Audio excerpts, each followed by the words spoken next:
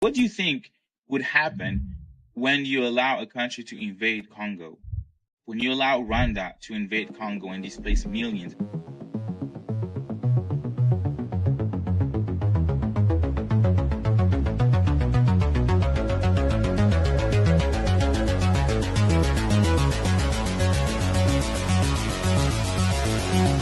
And I said more than 7 million people displaced.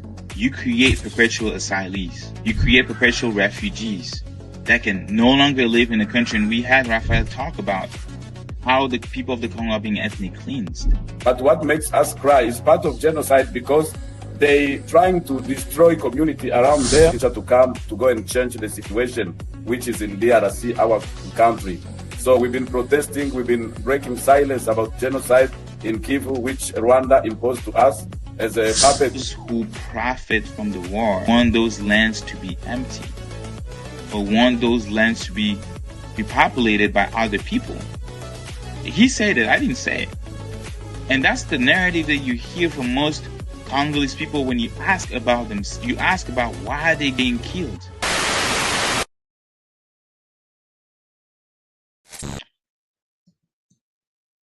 Welcome back. Welcome back. Happy Friday, everyone. This is a special episode. I know it's Friday. We usually meet on Saturdays, 2 p.m. Eastern time, but this is big. And if you haven't had the chance to, kind of like follow along what's going on in the Congo, because a lot is going on, a lot has been happening. Like every week, it seems like as every time that you sleep, like there's a quote. It's actually funny in Lingala, Olali Balalio. Like if you sleep, they're gonna keep you asleep even more, because you don't want to be sleeping in the Congo. You really want to be awake. And this is what we are. This is why we are here for, as Friends of the Congo, to raise awareness, to keep you woke on the issue of the Congo. If you wonder who I am, my name is Gaetan. I'm one of the coordinators of Friends of the Congo. And today we're gonna dive deep into the not so new but kind of newly signed agreements between the Democratic Republic of the Congo and Rwanda.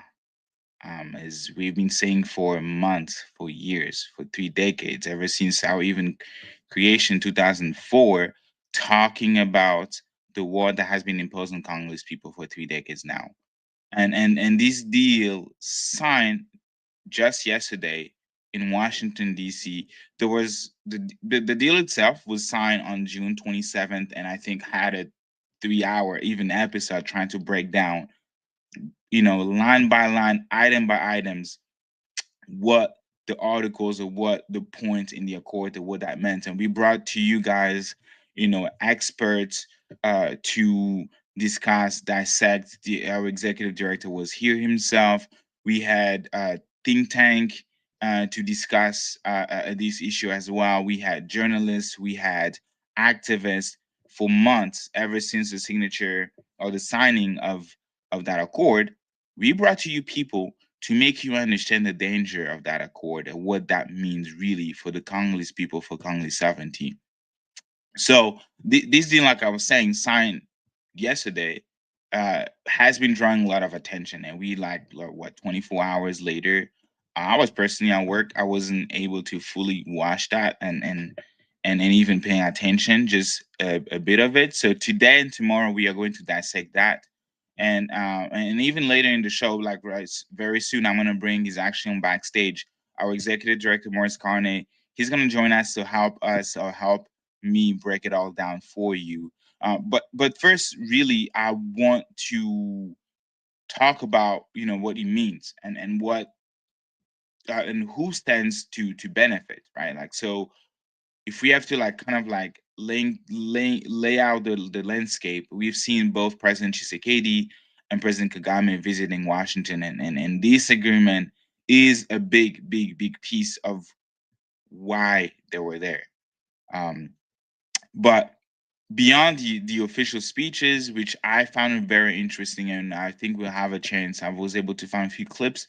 We'll be able to play some of them, and if I cannot, catch us tomorrow as well for another part, and even on the 13th, December 13th, with a long segment with former spokesperson Kambale Musavuli, and he agreed. So we are going to dive even deeper with him as well.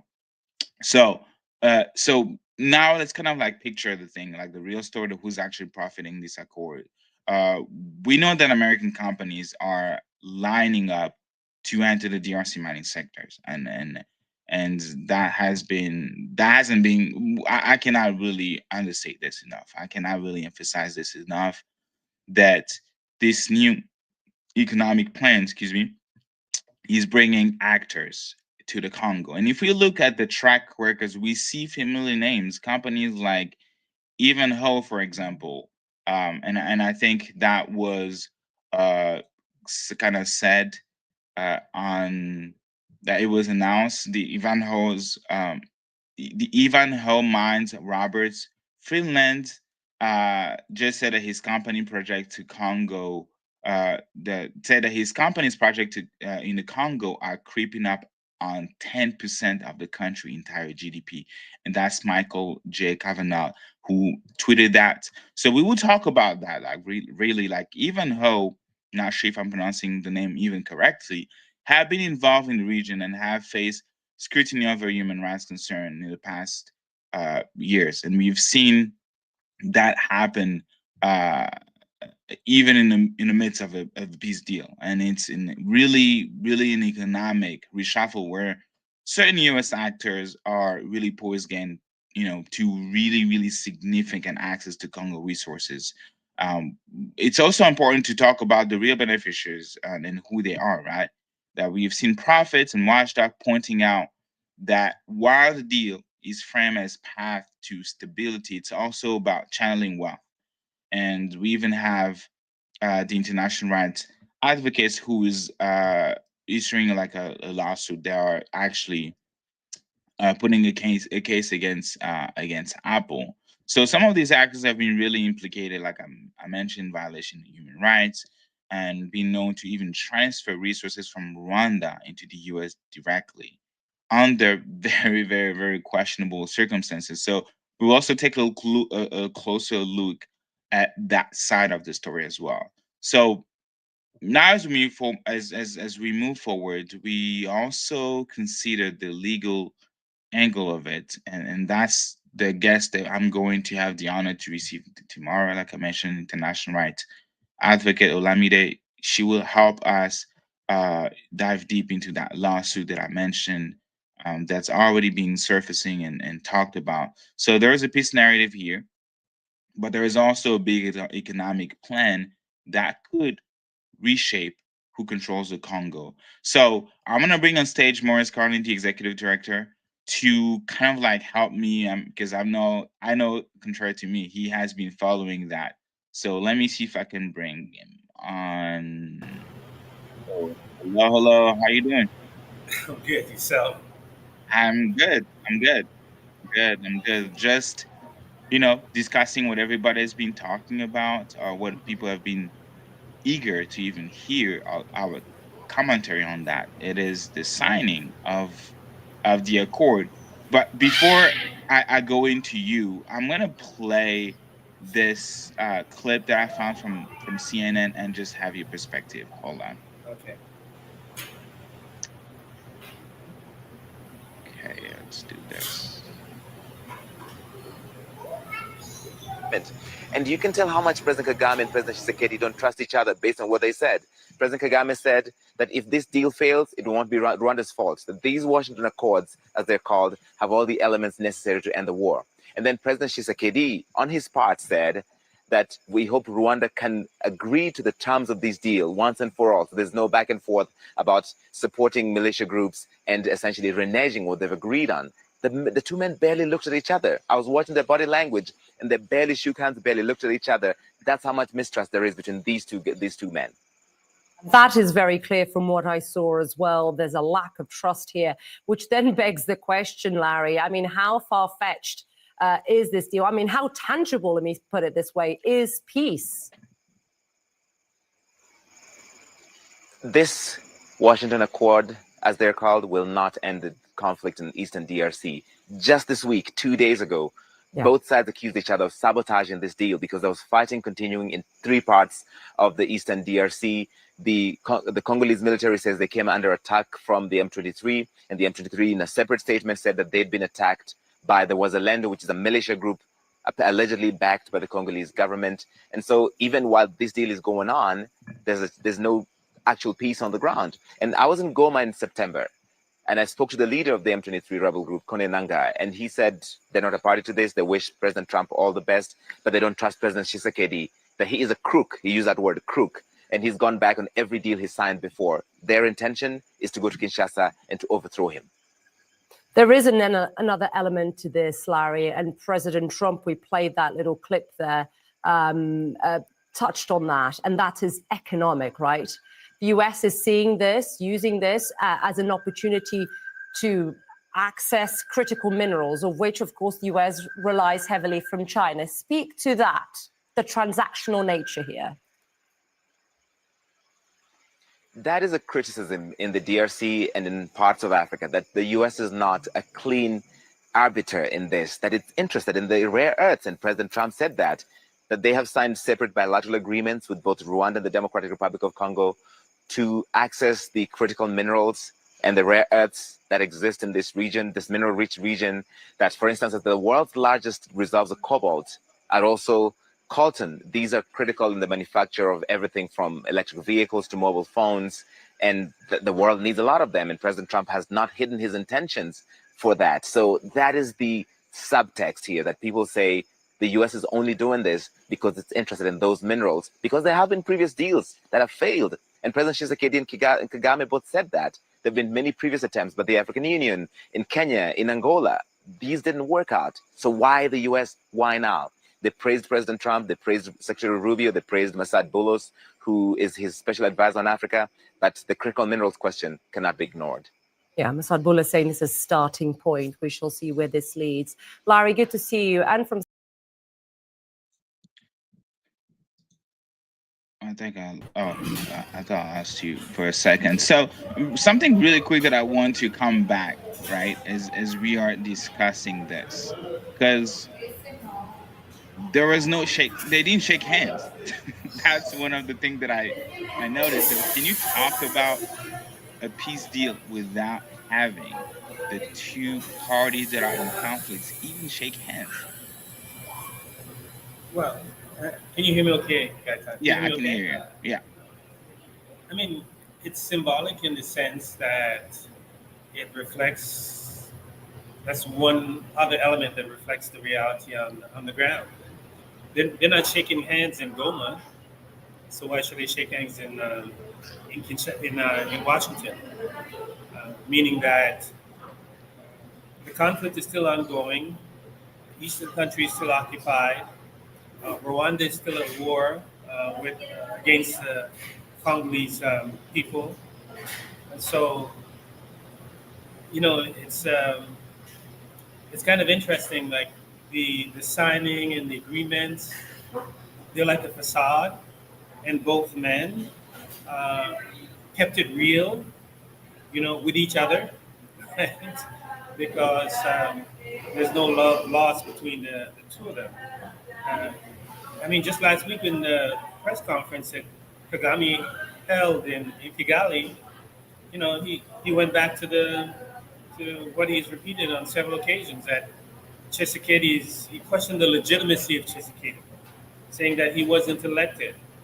He was selected by the outgoing president, Joseph Kabila, and the then chairman of the National Electoral Commission, Kone Nanga, who's now head of the Congo River Alliance, the political wing of the M23, both of which exist due to the support of the Rwandan government, Paul Kagame. So just symbolically, it means a lot. It's an indication of the fragility of the agreement. Now remember, there were like really four agreements signed yesterday, right? not just one. One was the Washington Accord, which is the basically the consummation of the June 27th agreement, right? That has its 6 points that is supposed to lay down a path for peace. Within the Washington Accord is number 6, the 6th provision, regional economic integration framework, right? So there was an agreement around that. That's a second piece of the deal.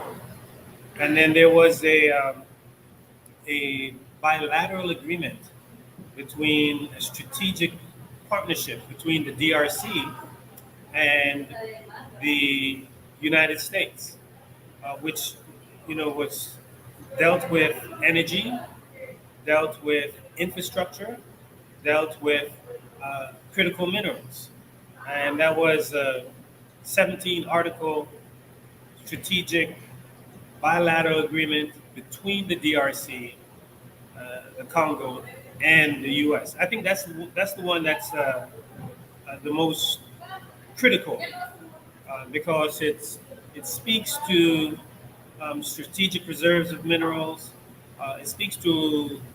It brings into the scope the Lobito corridor, right, which is Trump is carrying on from the Biden administration. It speaks to the Grand Inga project that the World Bank is vested in, a project that's been, ever since Congo got its independence, we've been talking about Grand Inga. So it's comprehensive in scope, and that's one of the things that, at least for us anyways, that caught our attention, because prior to the signing yesterday, the spokesperson for the president of the Congo laid out the 17 article, proposition, right? And we weren't entirely sure that it was going to be signed yesterday. So there's been a lot of work done in the background around that piece, right? And we'll have more to say about it. And then, of course, there's a bilateral agreement between between Rwanda and the U.S. And even the guarantors of the agreement, the president of Kenya, William Ruto, the president of Burundi, Ndayishimiye. We saw there was an agreement between the U.S. and Kenya.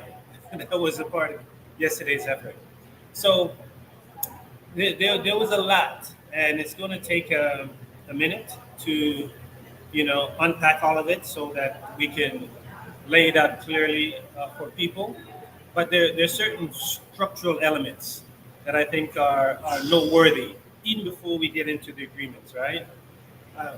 It's so important for people to understand that with the Tshisekedi government, right, we're dealing with a neo-colonial regime, right?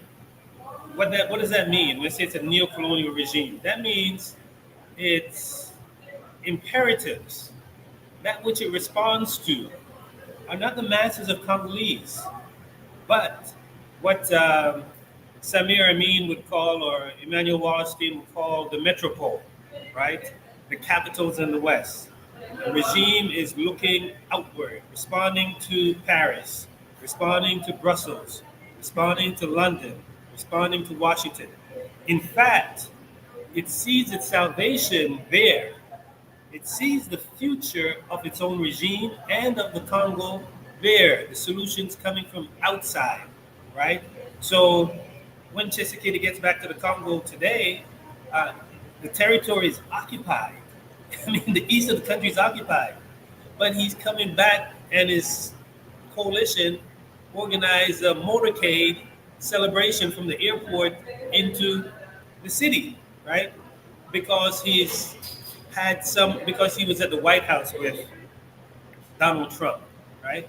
So the orientation, right? The orientation of a neo-colonial regime of leadership whose minds have yet to be decolonized is outside.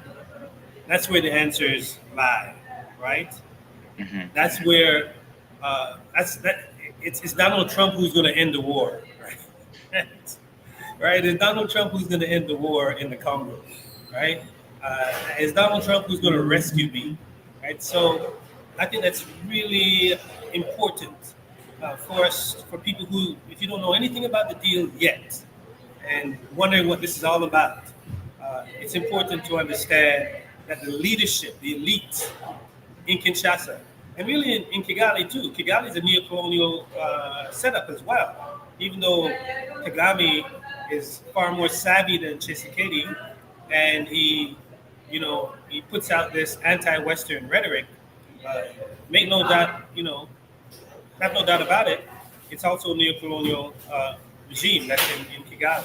So you have these two neo-colonial regimes coming together in Washington to see what they can get, right? In the case of Kagame, really to consolidate what he's already captured, right? Because Kagame really doesn't need any more than it's been getting from Washington, right? Over the years.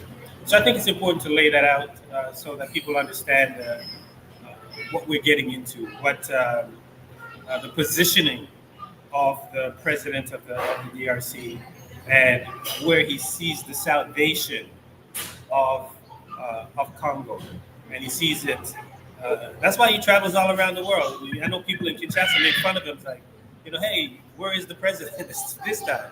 He's all around the world because he believes, like, oh, I'm going to go get investors to come and invest in the Congo, and that's going to solve our problems, right? So that's important. And then, of course, the number of deals that were signed went beyond, what they call the Washington Accord.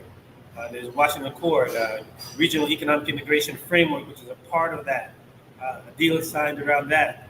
The strategic bilateral partnership between the United States and the Democratic Republic of Congo. And that's really the meaty one, right? Because we've seen already that the Washington Accord doesn't carry any teeth. Because since that was signed by the foreign ministers on June 27th, right up to today, you have the United Nations Group of Experts, Amnesty International, Human Rights Watch. They've all documented, right? Since that time, the continued displacement of Congolese population, the recruitment of child soldiers, disappearance of those in occupied territories, continued targeted killings and assassinations, recruitment of children into militia groups. So even the World Food Program of the United Nations have said that, Congolese are starving, dying from hunger because they're not able to go to the fields and farm, and we're not able to bring in humanitarian aid because the humanitarian aid corridor, which is the airport in Goma, has been shut down, right? And until today. Until today. Mm-hmm. And Kagame spoke about it in his press conference last week. He cleverly said, if I were them, right? That's how he started out. Reporters asked him about the demand for access to humanitarian aid through Goma. And Kagame responds and he says, if I were them, saying that if he were the M23, well, we know he is the M23, right? According to the UN Group of Experts. Rwanda exercise control and command over the M23, right? That's what the UN Group of Experts said. In addition to sending in its soldiers to the side of the M23, right? So he said, if I were them, I would tell those who want to access through the humanitarian corridor to address my problems in Goma, to solve my problems in Goma. And when they address my problems in Goma, then we can talk about opening things up. Sounds like blackmailing for me, right? But the thing is, he doesn't have any problems in Goma, right? This is a huge facade.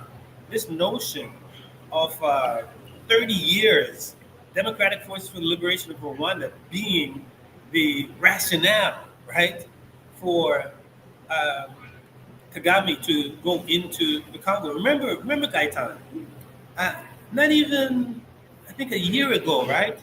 The number one argument that they were making, that Kagame was making at the time, was that we have to be in to protect the Banya Mulunge, right? The Yeah. Tutsis in the Congo. There's hate speech. That was his top argument, right? So he was like throwing different things at the wall to see which one would stick. And the one that has stuck is this FDLR trope, right? That's for all intents and purposes what it is. And we see that Tshisekedi and Congolese administration, they have gone in to sign a deal, right? This is Tshisekedi was in Serbia, right? A few days ago, and he said, I'm not signing any deal that that consummate this regional economic integration framework, uh, while Rwandan soldiers are still on our soil and the east of our country is occupied. But what did he do yesterday? He signed everything. You did sign. He signed everything, right? He signed everything, right? And people in Goma, Bukavu, other parts of Bunagana, other parts of the east, they're still under occupation. There's a peace deal, but they're under occupation. So I think those basic tenets ought to be highlighted so that people have a sense of the perspective or the framework in which all this is unfolding. We're talking about neo-colonial regime subscribing to neoliberal tenets around management of resources and what it takes for an African country to actually develop, right? And I don't even want to say become independent because there's no path to independence through Washington. You know what I'm saying? There's no path to independence through Washington. Certainly no path to stability through Washington. But that's not the understanding of the political elite in Kinshasa, unfortunately. And that's going to work to the detriment of. Oh, I'm glad you're bringing that. Yes. So explain that, please. I brought it up because you did mention the FDLR and again, because of this passion that I have for the Congo, I broke down few episodes, right? Like I talked about the Washington Accord line by line, item by item. I talked about the 2002 Accord that we see on the picture that was signed between the DRC and Rwanda. The DRC president at the time, who seems to be doing cahoot with to be in cahoot with M23 right now, Joseph Kabila, who's the son of Laurent Desire Kabila, who was assassinated, and then Paul Kagame, and that was in 2002. And yes, for folks Gen Z watching this, Paul Kagame has been president for that long in 2002. And in 2002, if you read at least the United Nations report that talks about in length about this accord, that talk about another armed groups that is coming from Rwanda, the Interhamwe. But in 2002, Brother Maurice, and this is a thing that I always find fascinating, how almost what over 20 years later, that we still 22 years later, we still talking about the exact same thing. In 2002, that's the year the FDLR was created. And by the time of that signing, the FDLR existed. But nowhere in that peace accord that they signed, which is voided today because obviously they had to meet again in Qatar, in Lusaka, in Kenya, in Angola, and yesterday in Washington D.C. So, if the FDLR has been a threat, how come they were not mentioned? Not even mentioned, not a single time mentioned in that peace accord in 2002. Because they are claiming that the FDLR are folks who had just committed genocide. The group was formed in 2002, but they're not part of that accord. And then 23 years later, now that has been the song. And I had to put it out there because you mentioned that. What is there in this peace accord 2025 that you don't find in that 2002 version? The concept of Operation Collapse is mentioned in that 2002 accord.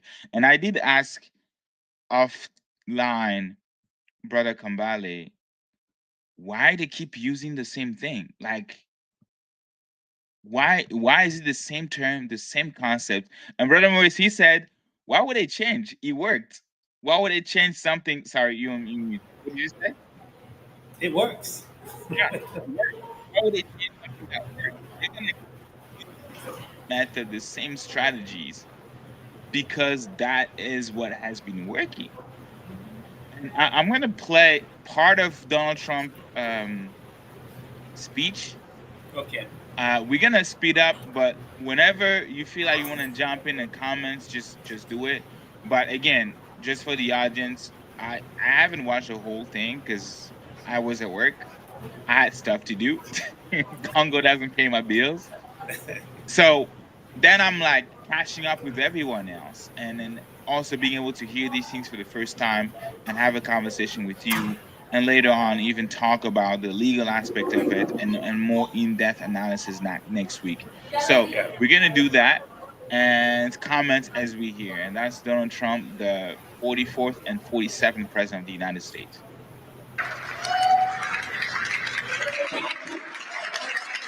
Well, thank you very much. Wow. This is a nice building, I have to tell you. So this is a special occasion for a lot of reasons, but number one is it's our first occasion in this building using it for peace. And it's all about peace, and it's a great honor. And Marco, you've done a fantastic job in getting it ready, but it's a spectacular building, and we all appreciate it. And very importantly, we're settling a war that's been going on for decades with millions and millions of people killed. And these two gentlemen spent a lot of time backstage talking to each other, and over at the Oval Office. We were at the Oval Office together. It was beautiful. And I think it's just a very important day. And we have other leaders from other countries. And professionals who apply AI to business earn 56% more globally. And Gen AI is... I'm not paying for YouTube, that's for sure. All right. I'd love to have you come up, and if you could issue the words that you just issued backstage. It usually doesn't work, you know. It usually never happens. They said it much better before, but you will probably do better up here. But I'd love to have you say how you felt, because it is an amazing day. Great day for Africa, great day for the world, and for these two countries. And they have so much to be proud of. And I want to thank the leaders. I want to thank you very much. It means maybe more because we are here together for the first time ever in this building. Brand new, beautiful building. I don't want to tell you how much it costs, because I hear it's a lot. Okay, they don't build inexpensively here. But I just want to thank you very much. So please sit down, everybody. Wow. I want to thank everybody for being here. It's a momentous occasion. It's truly incredible setting. It's very few places I've seen like this. In this holy season, we prepare to celebrate the birth of the Prince of Peace. We have come to the U.S. Institute of Peace to sign a historic agreement that will end one of the longest running conflicts anywhere in the world, with far more than 10 million people killed. Today, we commit to stopping decades. First, where did they get that number? Like, I mean, every time he speaks, the number goes up. He started out at 7 million, and now he's far more than 10 million. So I guess we can call them Trump numbers. And just for folks watching, the latest number that we have available, that's the International Rescue Committee. 2007 report talks about 5.4 million, and people usually round up to 6 million dead. So that's the latest report. That's the latest data that we have. 2007, they have not been able to provide accurate data. So we're going to continue.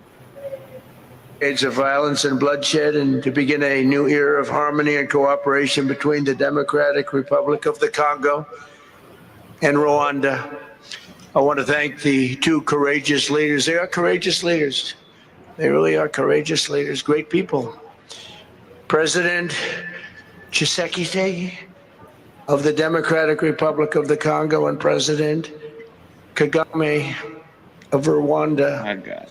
They are amazing people, and they had stories to tell me that were incredible. Really fascinating in so many different ways.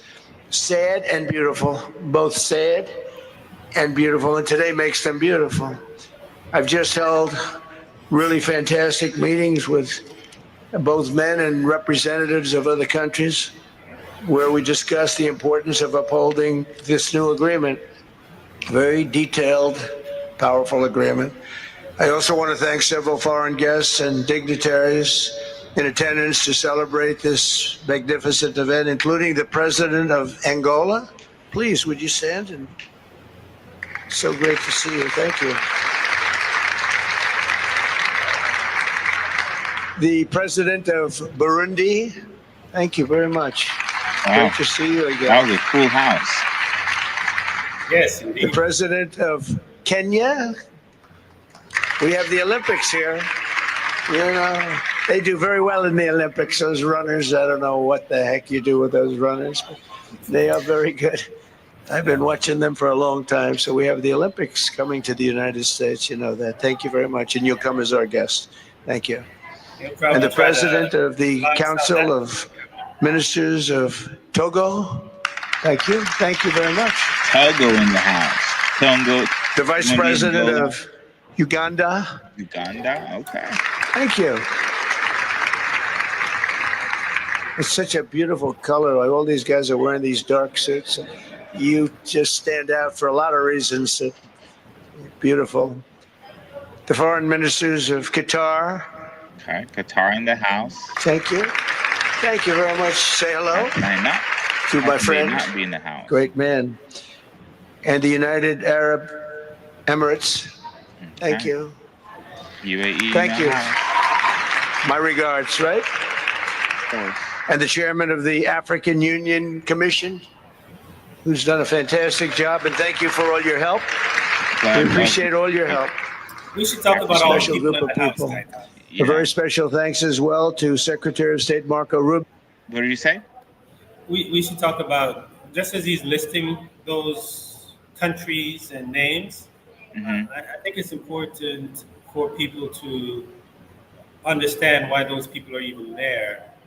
Yeah. You know, so, you know, before the Washington Accord, right, there was a Nairobi peace process, right, that Uhuru Kenyatta had initiated to try and, it was an East African initiative to try and address the conflict in the Congo, or Rwanda's aggression against the Congolese people. And then he mentioned the president of Angola, João Lourenço. Lourenço headed up the Rwanda peace process, right? This is named after Rwanda, Angola.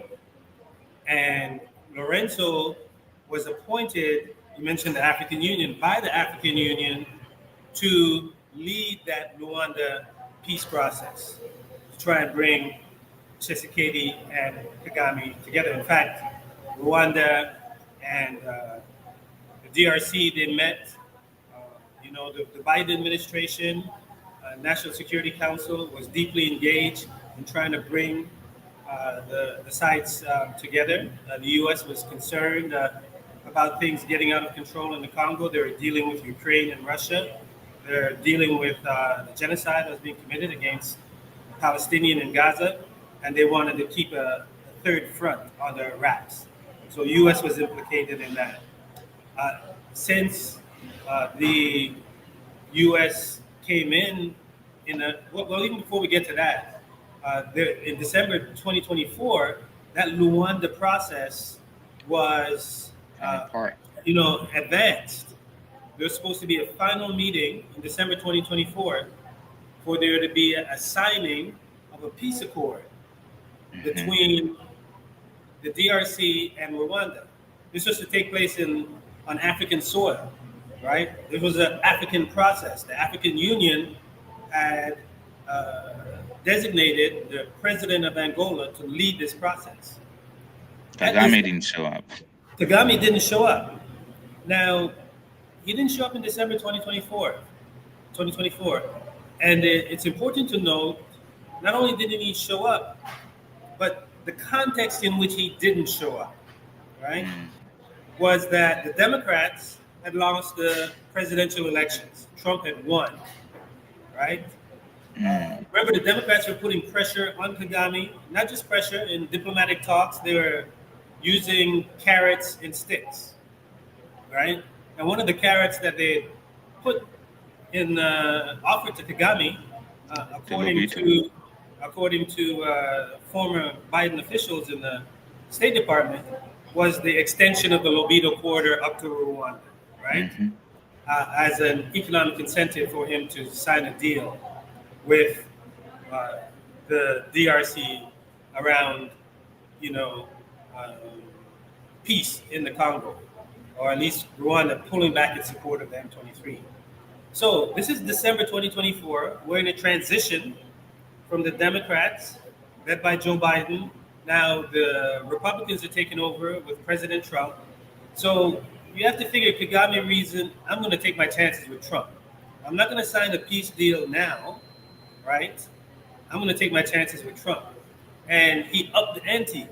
By the time, 4 or 5 days after Trump was inaugurated, they launched a full-scale offensive to capture the city of Goma, right? Just like he did in 2012, I believe. Just like he did in 2012, right? Yes. So this is the second time that Kagame used the M23 to capture Goma. So then what he did was he created facts on the ground.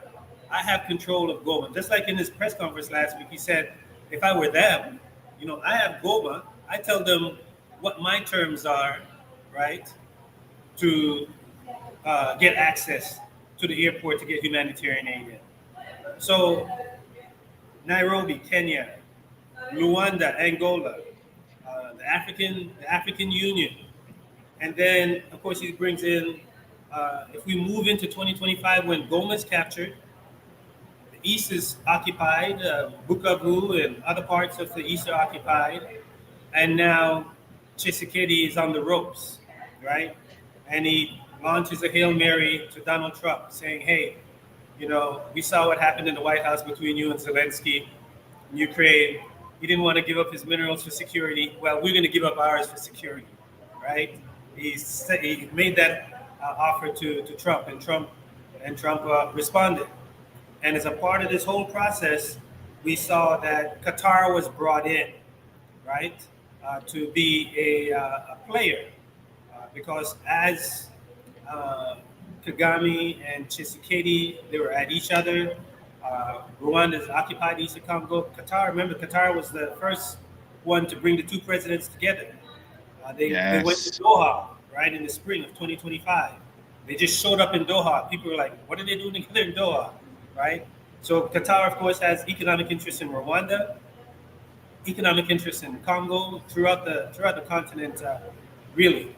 The same with the United Arab Emirates. And then also, I don't know if Trump already mentioned, he mentioned Togo. Togolese were present at the June signing, and Ayadama had taken over from João Lourenço to lead the African Union process on the peace process around the Congo, because Lourenço now, he's the head of the African Union. So he couldn't continue to move that process forward. And the process had been broken anyways, since Kagame just didn't show up, right? So you have all of these folks in the room from Qatar, United Arab Emirates, from Kenya, Angola, Togo, representing the African Unions, the representative of the African Union, and then of course Uganda. Ugandan soldiers are in the Congo as we speak, right? Ugandan soldiers are on Congolese people. I know we talk a lot about Rwanda, but Ugandan soldiers are on the ground in the Congo, right? presumably to go after the ADF, the Allied Democratic Forces, right? And they're leading what they call Operation Shusha.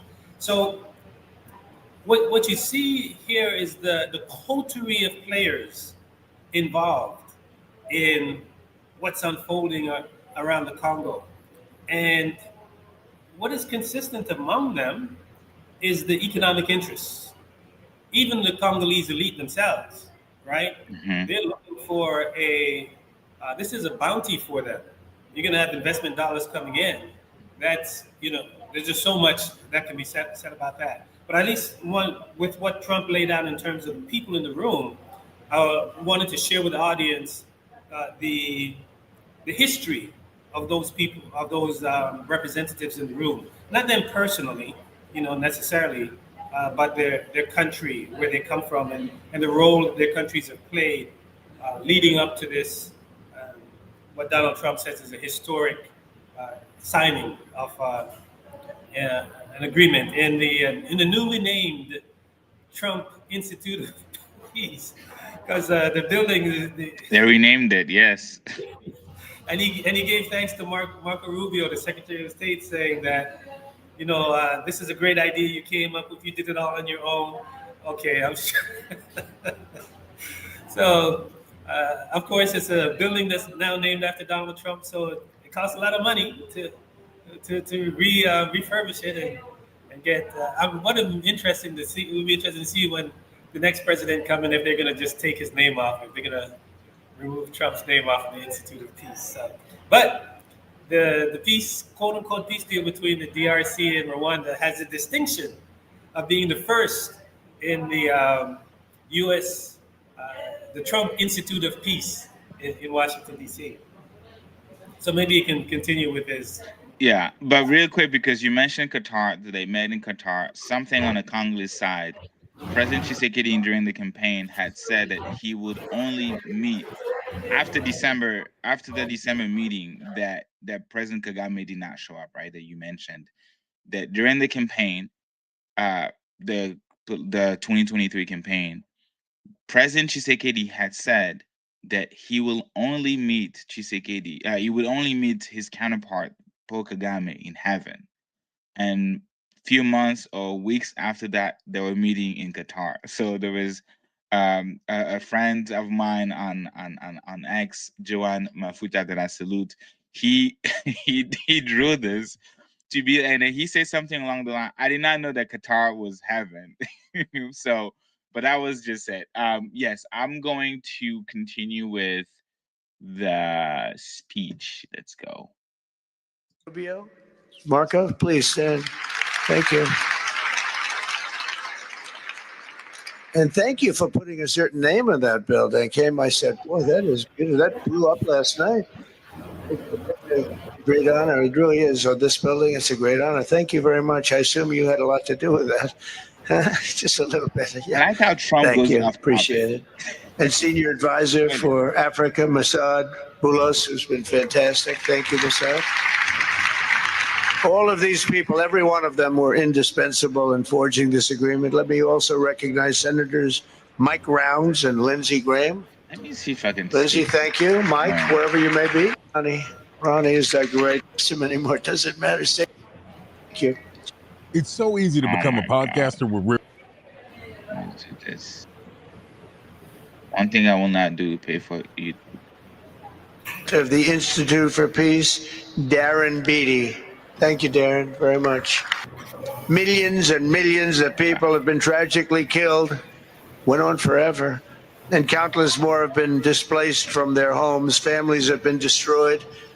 It's been a disaster. Many administrations have tried, but probably not too hard, knowing who preceded me. But they tried. It says they've tried, but we tried harder to end this conflict. But they've accomplished, obviously, they accomplished very little because the killing went on at levels that just got worse and worse. And today we're succeeding where so many others have failed. And this has become the 8th war that we've ended in less than 1 year. Such an exciting thing to do. This has been a really, because we're talking about 30 years of fighting. 30 I'm going years. to pause there. I need to Much pause there. He said 8th war. That's kind of crazy. 8. It was 7. What's the 8th one? I mean, is he counting? I think I have this. Do I have this picture of Fox News showing all the war supposedly that Trump ended? Oh my God, I had sent it in the group chat. Anyways, if somebody watching this, please tag me into something that leads it. I think it was a Fox News showing 7 wars that Trump ended. Let me just Google it. Maybe I'm just. So I wonder what's the 8th one. But anyways, let me just continue. More than 10 million lives. Last June, thanks to the efforts of Secretary Rubio and Mr. Boulos, Rwanda and the DRC reached a landmark agreement to move toward peace. They started the process. I met with some of their great representatives who are here also. And we started a great process. The compact we're signing today, which will be known as the Washington Accords, everybody sort of liked that name, formalizes the terms agreed to in June, including a permanent ceasefire, the disarmament of non-state forces, provisions for refugees to return to their homes, and justice and accountability for those who have committed illegal atrocities. So I found the image. That was from the U.S. Department of State. President Trump ended 7 wars in just 7 months. Cambodia, Thailand, Kosovo, Serbia, DRC-Rwanda, Pakistan, India, Israel and Iran, Egypt and Ethiopia, Armenia and Azerbaijan. There was a really good video of Mehdi Hassan, who's actually a really good journalist and public speaker, and he's debunking on Zeteo, and he's debunking essentially. But that's 7 wars. So now he says 8. Like, what's the 8th one? But anyways, that was just a comment. Very importantly, this agreement also creates a new framework for economic prosperity. There's tremendous wealth in that beautiful earth. It's beautiful earth, but it was stained badly with blood, tremendous amounts of blood. But in the region that will support a lasting peace, and the Democratic Republic of the Congo and Rwanda have agreed to more closely integrate their economies with each other rather than fighting, and they'll be doing that. And these two gentlemen are very smart, and I think they liked each other a lot. I spent time with them. I think they liked some people may be surprised. I really do. I think they've spent a lot of time killing each other, and now they're going to spend a lot of time hugging, holding hands, and taking advantage of the United States of America economically like every other country does.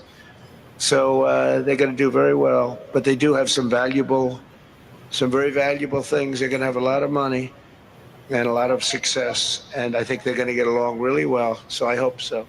Thank you very much. So he's being blunt. So they're going to get a lot of money. But the question that I have for you, are we really being integrated in Rwanda's economy? Or are we inviting them to take out? Well, what's Congo's benefit into this peace accord, into this economic aspect of the peace accord? Like, what is Congo even winning economically? Do you know, Brother Maurice? Yeah, that's a really good question. I don't know if you recall a few things. I don't know if you recall the controversy. I think it was one of the ministers in Tshisekedi's government, right, where he had sought out, he revealed how Tshisekedi went to Kagame to ask Kagame to share his Rolodex with him. I don't know if you recall that. Yes, and he got sacked after that. And he got sacked after that because of what he revealed. It was his personal advisor. Right. Yeah. So there's been this long sense, anyways, that Kagame's got the hookup, so to speak, with Western, investors because of they all seem to flock to Rwanda. So there's an orientation there. But in the regional economic integration framework, it talks about Rwanda serving as a processing, refining, a hub, in that they have the facilities that the Congo doesn't have in order to process minerals coming out of the Congo. I don't see how that benefits the Congo, because according to the International Monetary Fund, from the end of 2021, at the end of 2021, Rwanda was exporting some $300 million worth of gold, right? This is when the Rwandan government, Paul Kagame himself, unleashed the M23. By 2022, we saw they captured Bunagana. So since that time, from end of 2021, when the IMF says Rwanda is exported $300 million plus of gold, right up to today, we see Rwanda is exporting up to $2 billion in gold, right? Since the occupation of east of Congo, different parts of the mines in the Congo since 2022. So it's that illicit trade, trafficking of Congo's minerals under this regional economic integration framework, it now becomes licit. It now becomes legal. It now becomes a part of the agreement and the deal. So there is no direct benefit for Congo in that regard. It's hard to see where that benefit is, other than it's a part of the process that allows the Tshisekedi government to, one of the concessions, because the way this deal is set up, it's set up in a way that really puts Congo as the loser of this war, right? Because it's lost territory, it's lost human lives, right? It's lost resources, right? And now they're entering into a deal without the territory being given back, right? Without the lives that have been lost, securing any kind of justice for those families, right? Without any kind of accountability whatsoever. So not just as it relates, Gaetan, to the Rwanda economic part, but just overall, there has the Congolese people, under the leadership of Tshisekedi, are losing big time, because they're still under occupation. Contrary to what Donald Trump has stated, the war hasn't ended, right? Not at all. The clashes have intensified, depending on which part of the East you're speaking about.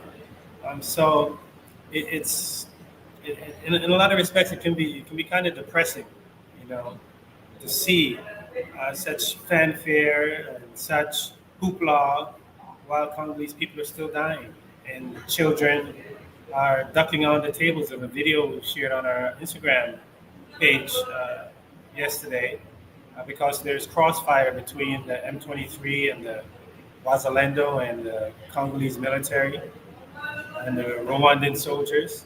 So it's just not a very pleasant picture. Yeah, definitely. Let's continue. Watch. Look at them. Look at the way they love each other. That was sarcasm. Thank you. So I have a lot of confidence in both leaders. We'll keep these commitments. I know they're going to keep them and follow through on the agreement and create much brighter future for the people of their countries and their heroes within their countries because of today. And this is a big story. And so much is being written and said. All of the newscasts have it at the top of the list. And they are heroes, and we want to keep it that way. Today, the United States is also signing our own bilateral agreements with the Congo and Rwanda that will unlock new opportunities for the United States to access critical minerals and provide economic benefits for everybody. And we'll be involved. We're sending some of our biggest and greatest companies over to the two countries, and we're going to take out some of the rare earth and take out some of the assets and pay, and everybody's going to make a lot of money. These are just two of the many new agreements related to mineral supplies that my administration has achieved this year, including with Australia, Japan, Kazakhstan, Malaysia, South Korea, and many other countries. With all of these agreements, we're forging new economic security partnerships that protect the interests of America and our friends and partners, and a core feature of my administration's national security strategy, a big part of which is the tariffs. We're taking in trillions of dollars in tariffs. Nobody's ever seen anything like it, and it's given us really great national security. We'll be paying down debt. We'll be making distributions to people. And we're really doing a job.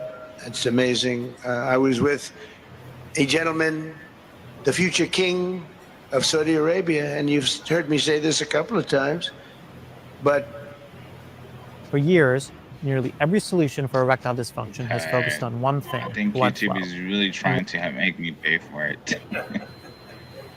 Gotta get that premium guy time.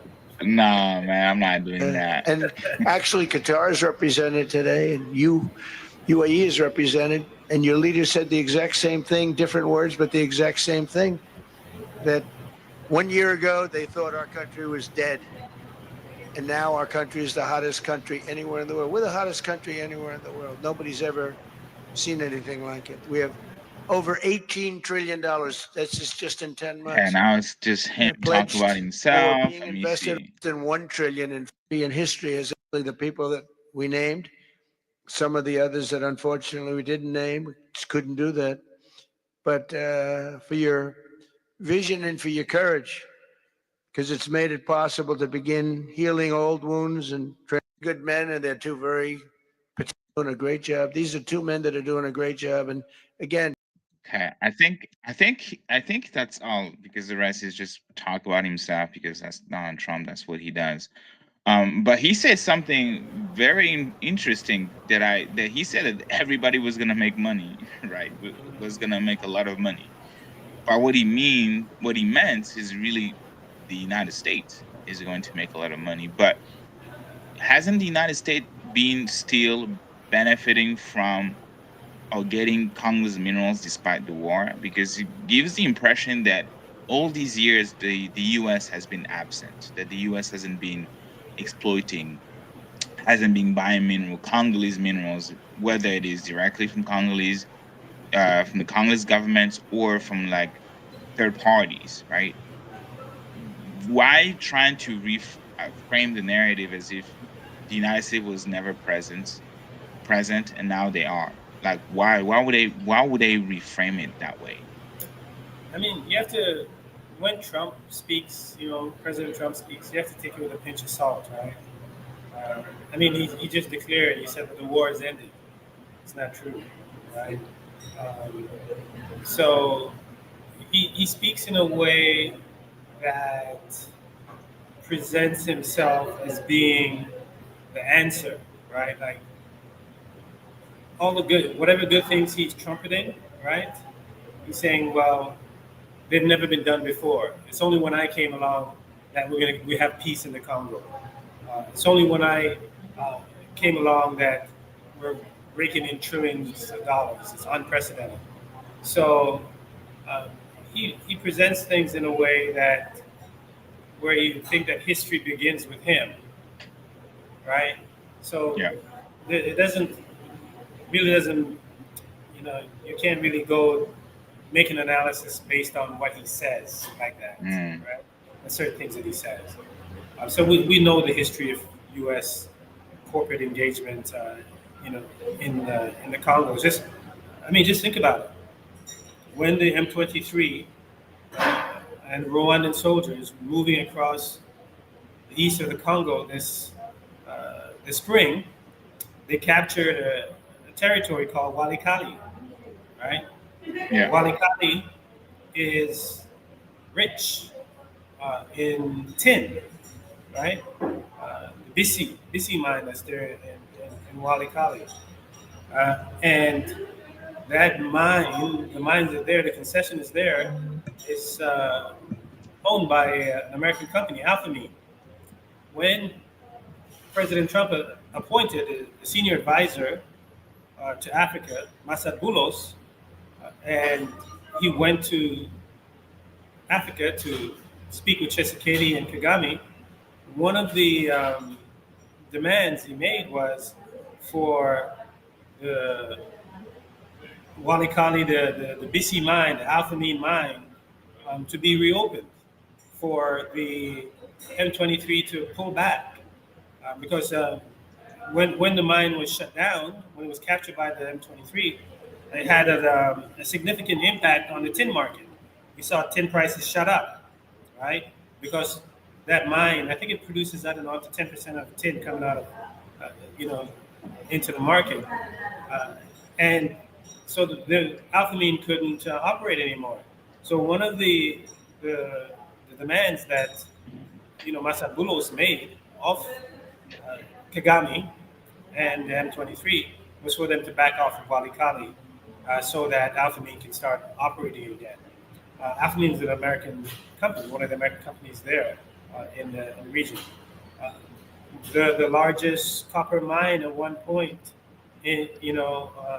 one of the largest copper concessions anyways, was owned by an American company, Freeport Memorial, before they sold it to the Chinese, right? So American presence, as they've been in the Congo in terms of owning mineral concessions, mining rights in the Congo. It's just that over the past 2 decades, that the Chinese have, they've had a strategic plan to capture transitional minerals and critical minerals. When you mentioned the founding of the FDLR, right around that time, the United Nations in 2001, 2002 published 3 reports, and they ran about the illicit exploitation, illegal exploitation of minerals in the Congo. And there were a host of American companies from Pennsylvania, from Massachusetts, from the Carolinas, from Ohio. All of these American companies were listed in the United Nations report of violating the Organization of Economic Development, Economic Cooperation and Development guidelines, OECD guidelines.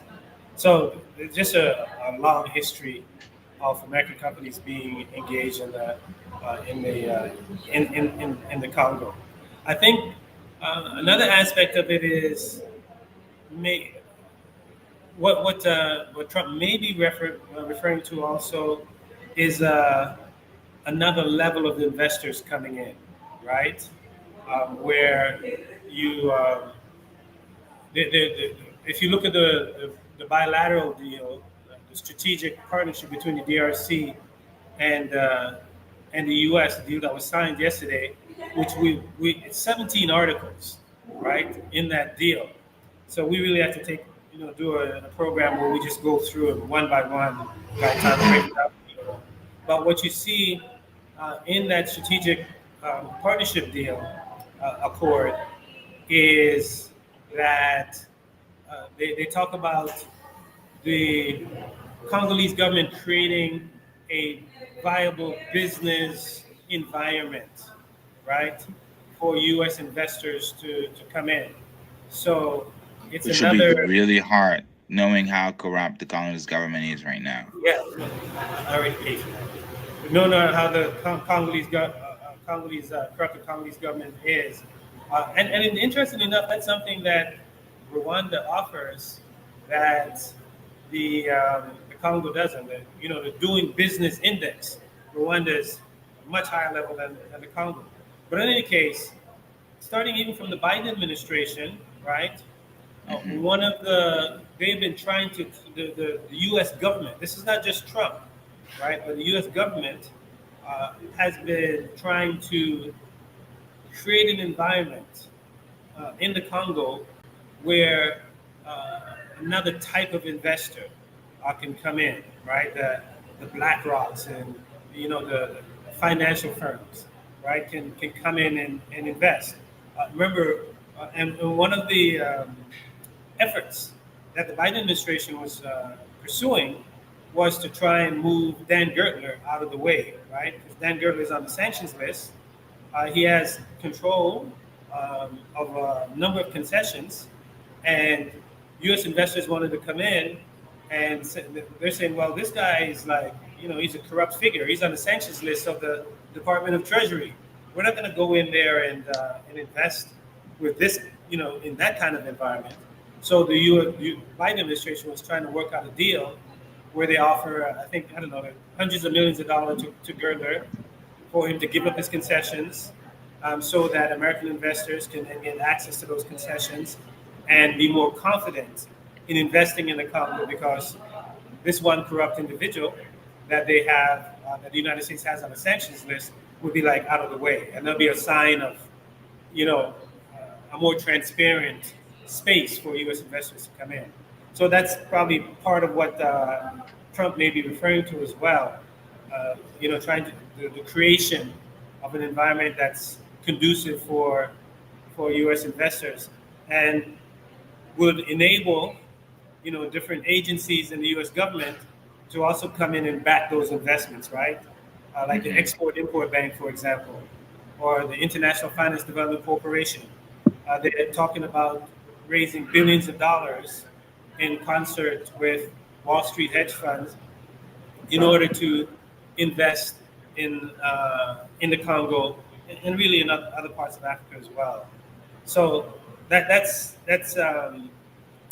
some of the, I guess you can say, reasons why we see Trump maybe saying some of the things that he's saying about investment, or about the type of investment that the U.S. is going to be doing in the Congo.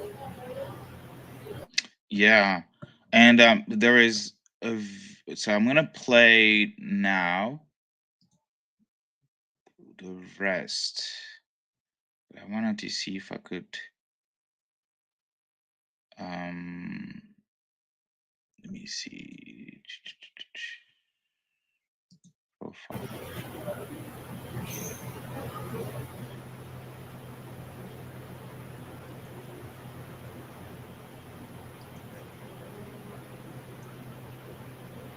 So that was a video that I recorded a couple years ago with Cocktail and Capitalism.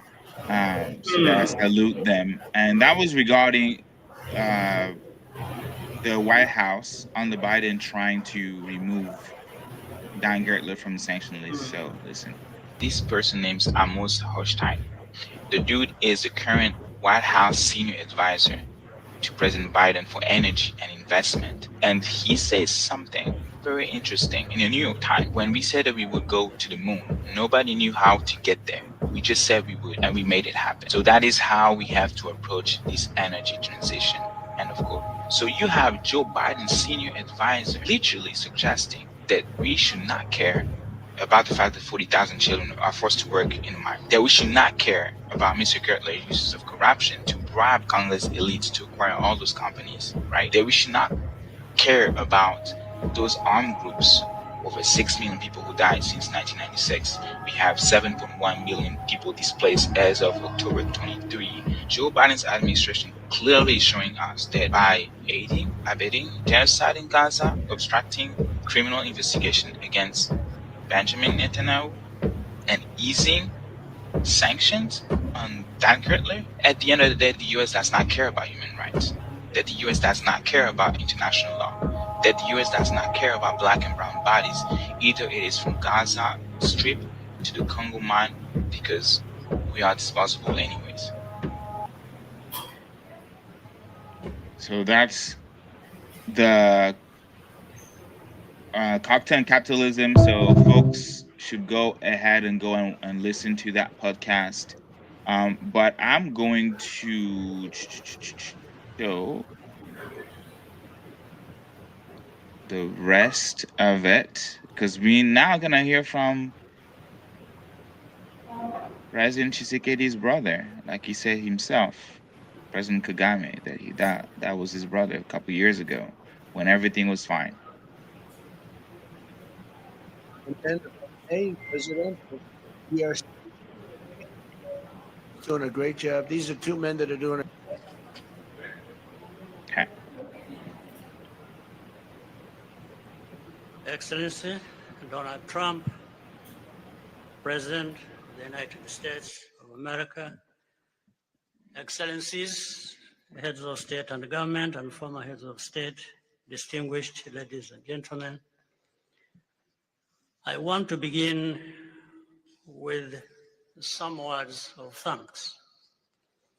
First, to my fellow heads of state and government from Africa, your presence here confirms that these efforts enjoy the broad support necessary to succeed. I also thank Minister of State Kulaifi, representing His Highness Sheikh Tamim bin Hamad of Qatar.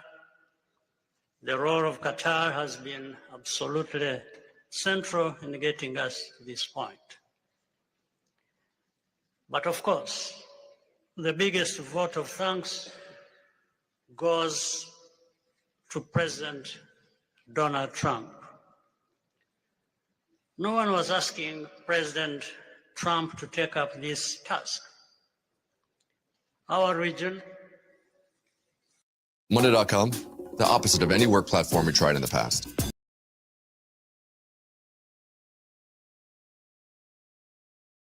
From the headlines. But when the president saw the opportunity to contribute to peace, he immediately took it. This conflict has lasted for 30 years. We have seen countless mediations and efforts, but none has succeeded in resolving the underlying issues. President Trump introduced a new and effective dynamism that created the space for breakthroughs. His approach is even-handed, never taking sides. When the US clearly took sides. He orients us toward the future, not the past, emphasizing that the dividend of peace is prosperity and investment, including from the United States. More importantly, President Trump's approach is pragmatic. The process has not become an end in itself. All of these elements filter down to his dedicated team, and here I want to single out Secretary Rubio and Masad Boulos for special appreciation. We would not be here today without their efforts. And as a result, we have the clearest and most viable path forward that we have ever had. These accords provide everything needed to end this conflict once and for all. If this agreement falters and things do not work out as they are supposed to, the responsibility will not lie with President Trump, but with ourselves. It's up to us in Africa, working with our partners to consolidate and expand this peace. There will be ups and downs on the road ahead. There is no doubt about it. Rwanda, I know, will not be found wanting. I can assure you of that. Our only objective is and has always been for our country to be safe and secure after having endured so much tragedy. We now only want to look forward in confident expectation of a prosperous and stable future. Mr. President, Excellencies, I thank you for your kind attention.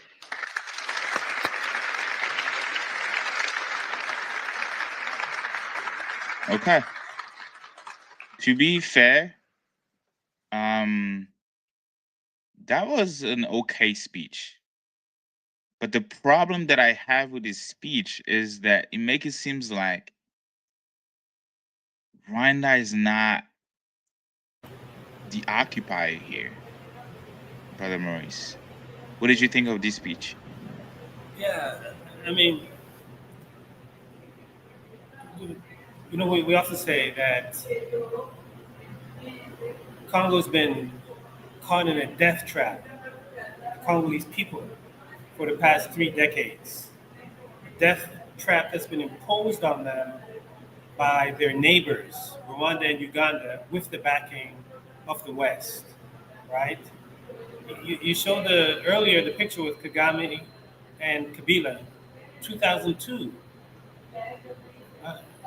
The same problem that exists in 2002, the person in the picture, is the same problem that exists in 2025. Like these guys, these authoritarian figures, they've invaded the Congo twice, 1996 and 1998. That picture there, the 2002, that was a part, and you see Thabo Mbeki in the background, that was a part of the process the peace process, to end the war, right? The 1998 war, which the peace agreement did officially. But it didn't end the conflict, because what Kagame and Museveni did was to instrumentalize different militia groups, proxy groups, to destabilize the Congo, to wage this war of aggression and plunder for another two decades, right? So the problems that he's talking about, addressing the problem, is the problem, right? There hasn't been, even going all the way back to the International Criminal Tribunal on Rwanda. I highly recommend people read Julie Reber's book, In Praise of Blood, right? Where she delves into how Kagame was not held to account for the crimes that he committed, that the Rwandan Patriotic Front committed during the Rwandan genocide, right? The U.S. even went so as far as to fire anyone during the tribunal, Carlo Del Ponte, if they dare investigated what the crimes that Paul Kagame and the Rwandan Patriotic Front committed. So what's been consistent over the last 3 decades is a lack of accountability as it relates to the war crimes, right? Crimes against humanity, right? Even crimes of genocide, according to the United Nations. That person, Paul Kagame, and the people around him haven't been able to been held to account. Not that there hasn't been attempts, right? Let's be clear. The Spanish courts, under the principle of universal jurisdiction, right, issued an arrest warrant for 40 of Rwanda's top officials, right? Kagame is the head of state, so he was absolved from that. and they snagged one of those officials in London, I think in 2013 or so, over about a decade ago or so, and they were arrested on those those warrants that was issued by the Spanish courts. The person was arrested, and the person who came to the Rwandan general's rescue was none other than Tony Blair's wife, right? She's the one. Wow. She's the one who came, as an attorney, and you can pull up the general's name in the Rwandan general that was arrested in the UK. His name is just escaping me right now, but we'll pull it up. And so attempts to hold these guys to account. Even the Congolese attempted to bring them to the International Court of Justice for their crimes, war crimes, crimes against humanity, and plunder of Congolese soil. And Rwanda is not party to the Court of Justice, so they couldn't bring him, but they were able to bring Uganda, right, to account, right, at the International Court of Justice. So the problem has been, the source of the problem, these leaders, Kagame's been in power for over 3 decades. Museveni's been in power for over 4 decades. They have invaded the Congo twice, supported and put up proxy militia groups inside of the Congo, right to this very day. And they've only been able to do that the way that they have because they've gotten the support, the backing from the likes of the United States, the United Kingdom, France, other European powers. So this question of accountability has not been Karenzi. Thank you, General Karenzi, right? And he's the same guy. He was on the international arrest warrant list for the Spanish courts, but Karenzi was also the guy who was in Kisangani. He was one of the Rwandan soldiers in Kisangani in 2000, right? Leading Rwandan soldiers when Rwanda and Uganda were fighting each other in Kisangani in the so-called 6-day war over control of Congo's minerals, right? So this question of lack of accountability, and we cannot overstate it, the question of no delivery of justice to the Congolese people. There's a modicum of justice around the International Court of Justice ruling against Uganda, but Rwanda was not party to that. And then this impunity that has been allowed to exist. I shared with you Dr. Mukwege's statement just a few days ago. Maybe you can bring it up for folks, where he gets right to the heart of the matter as to why the instability has persisted, right?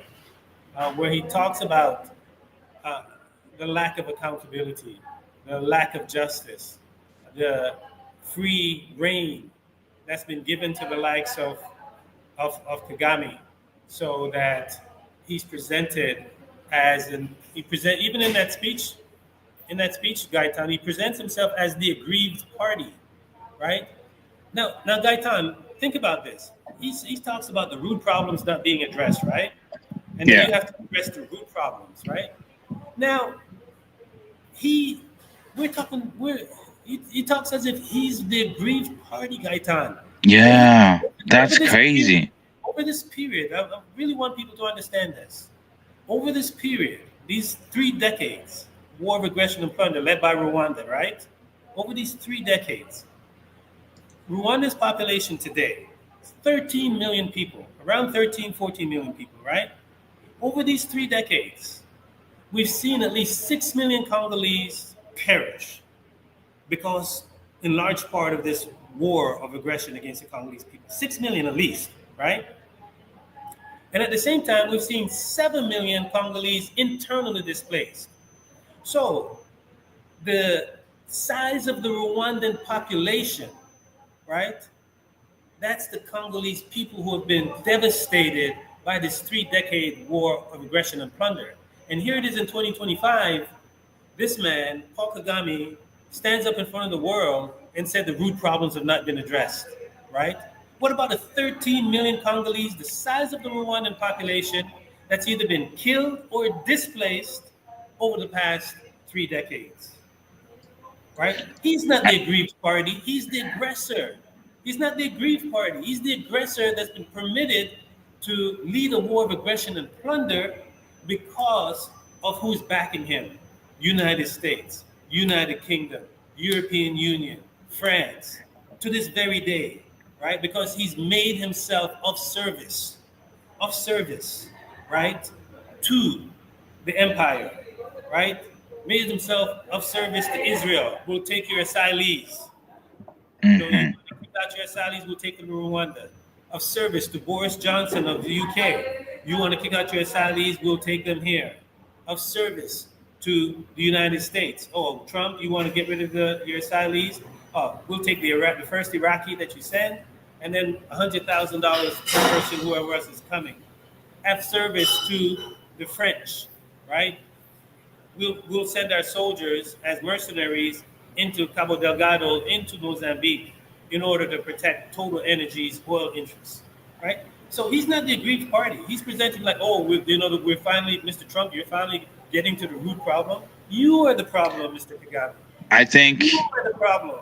I think we can all agree that Paul Kagame is a narcissistic psychopath because you cannot victimize yourself consistently when you are the one who has created the issue.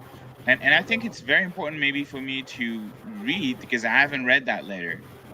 Maybe with folks. It's very important. If people are wondering Yes. what the Congolese or some Congolese figures are saying, this is a front of line. Dr. Mukwegwe's letter, highly recommended. Share it in the chat so that people can get access to it. And he lays it out, exquisitely as to why what we saw in Washington yesterday was farcical and had little or nothing to do with the reality of the Congolese people who are under occupation. And the person who wrote this letter, this Nobel Peace Prize laureate, Gaitan, it's important for people to know he is in exile.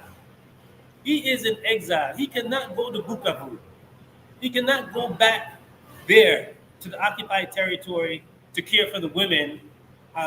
The reason why he won the Nobel Peace Prize in the first place. Because right? he has a hospital there that treats the women who have Pansy been raped. Hospital, right? Pansy, exactly. So, if there's peace, Donald Trump should go to visit to the Pansy with Dr. Mukwege, take him to Bukavu. Seeing there's so much peace there, let have Donald Trump do a delegation, send Marco Rubio and all of them with Dr. Mukwege to Bukavu. And see so that he can show them and say, see, here's the peace that I'm talking about.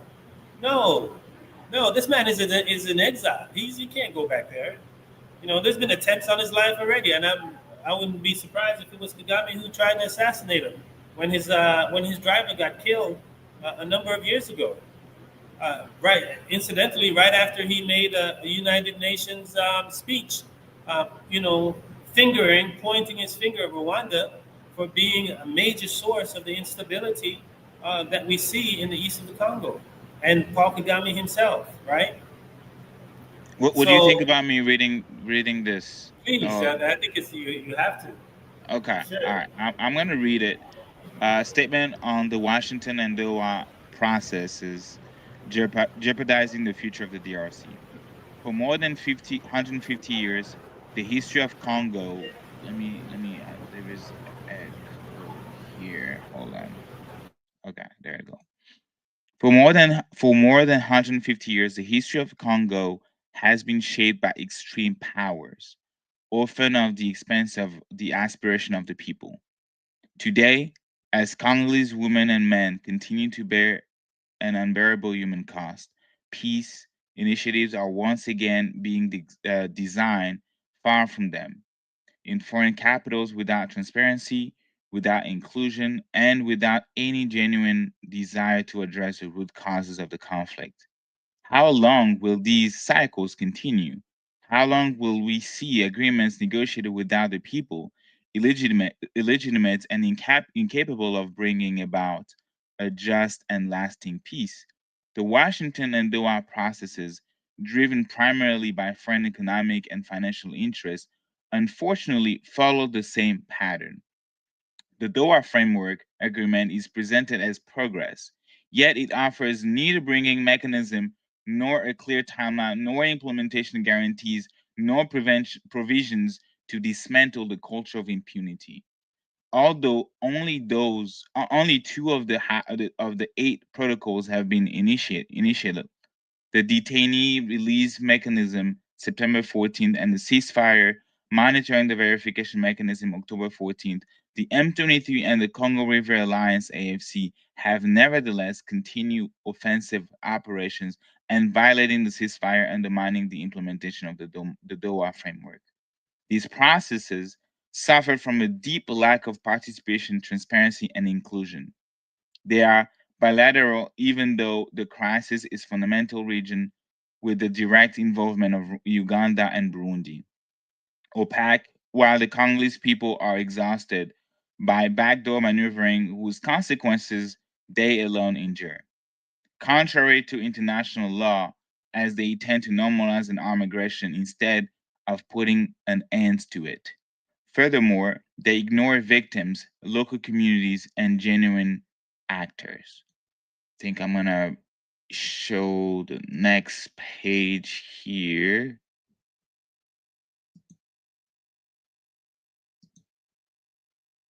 Oh, sorry, what? Sorry, what are you saying? It's a long piece. You can share it in the link and have people read Yeah, it. yeah, But yeah. I think they got the gist of what he's saying. But that first paragraph is interesting as well. The very first one. This one, it must be emphasized that the signing. Oh, yeah. It must be emphasized that the signing of the Doha Framework Agreement comes at the time when Rwanda has not withdrawn its troops from Congolese territory and continues to direct M23 operations in occupied areas in blatant violation of UN Security Council Resolution 2773. These diplomatic initiatives, devoid of coherent sequencing and minimal guarantees, amount to a succession of non-events. Preference communications, yet no improvements on the ground. So I think he went really hard, honestly. Oh no, it's I encourage people to, if they're looking for a really succinct critique of this 2025 processes, Dr. Mukwege's letter, really gets to the heart of the matter, right? Violation of international agreements, violation of Congolese territorial sovereignty, diminishing and exclusion of the victims from the processes that are in place, a lack of transparency, profound opaque nature of these deals. The economics and finance being the priority as opposed to the welfare of the people and questions of justice. All of the. I mean, he hits all of the points of just about everything that's wrong with these processes and the extent to which it's the processes that are in place, these agreements that are being signed, really don't get to the heart of the matter, and really don't. They're signed in the name of the people, but the people are not included, and the people certainly are not beneficiaries.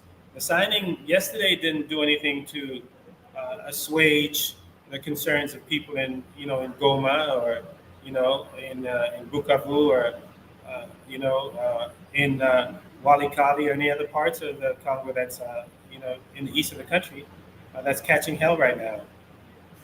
I'm not sure. If you can share that in the link, share that. Yes, I will. We will post it on our Instagram and social media accounts on X, on Instagram, the full speech for people to read for themselves. I'm not sure if they are translating when Tshisekedi is speaking, obviously in French.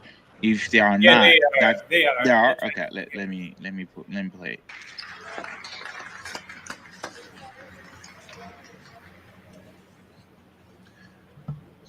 Mr. the President of the United States, Donald Trump, ladies and gentlemen, dear members of the delegations, distinguished guests, as we have just placed our signatures at the bottom of the joint declaration enshrining the Washington agreements for peace and prosperity, I do feel, on behalf of the people of Congo, a deep gratitude and clear hope. First of all, I would like to express quite solemnly our deep thanks to the President of the United States of America, Mr. Donald Trump. I would like to thank his administration, and also wish to thank the American people for the critical role that they played as doing for the rapprochement, the closening between the Democratic Republic of Congo and the Republic of Rwanda. To these thanks, I also bring in all of our regional partners and our international partners who, thanks to their commitment and engagement, have consistently made this critical moment possible in the road to peace. First and foremost, we have Sheikh Yanim bin Ahmad Adani. We have President João Manuel Lourenço Gonçalves, who's the president of Angola and the actor. They bring together under a coherent architecture a declaration of principles of a peace agreement and also the regional economic integration framework to provide to the peoples of the region a new perspective, a new outlook, namely to finally overcome the cycle of violence, of forced displacements, of mistrust, to defiance, in order to begin a new era of friendship, cooperation, and prosperity, all shared together. For those involved, the Democratic Republic of Congo takes this solemn commitment to implement with complete sincerity all of our obligations that stem from this agreement. We will do this with seriousness, with rigorousness, and also with a constant care for peace and the security of our populations, for the unity and the integrity of our territory. We do hope that thanks with the same seriousness that the Republic of Rwanda will also respect fully the letter and the spirit of the commitments made here in Washington. We are reaching out for a peaceful cooperation based on mutual respect, non-interference, and the joint struggle against the armed groups, the end of all support to negative forces, and the beginning of fair prosperity on behalf of our two populations.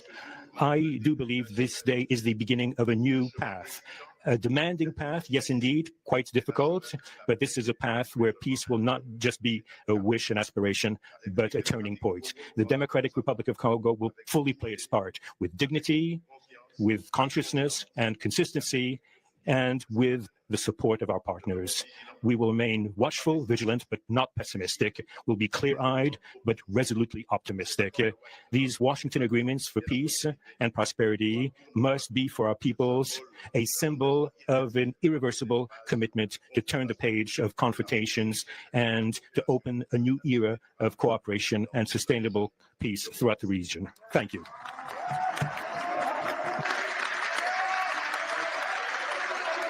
Of course, you can hear that he came with his whole clique to support him. Really ridiculous. But I'm gonna pause there. I think that's everything that we wanted to hear about this peace accord or the signing. And he himself, I did not hear anything strong that he already promised, because he talked about peace. He said that he wouldn't sign until the Rwanda would withdraw their troops, and they haven't. And not only they haven't, and then you mentioned that at the beginning. Let me see if I can pull that up. While we're essentially meeting to sign, there is this image that my sister Maud Salome Kila posted, and brother, you mentioned that at the beginning, Brother Maurice, that kids like the M23 folks were fighting with the Wazalendo, who are a group of Congolese men and women who are organized, armed, to essentially fight and resist the occupation. And these are children in school. Essentially, as you can see, she wrote, and today the children of Mudaka were huddled away, anguished by the sound of gunfire and the arrival of Rwandan M23 militiamen. And those vans in Washington with manipulative messages about supposed Tutsi genocide in Congo. What a circus. The American power is rubbing its hands. That's what Maud Salome Kila wrote. And that image that I'm not showing, I need to show y'all. Y'all need to see that. And this image of children on the ground, hiding because they heard gunshots. You explain to them that a peace accord was signed in Washington, D.C., they will not understand that this is peace to them.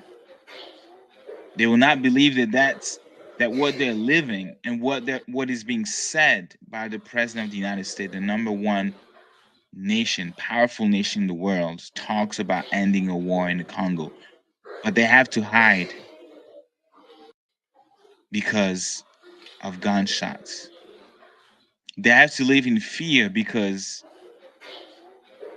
of the occupier invading the territory of their ancestors, of the parents, of the family.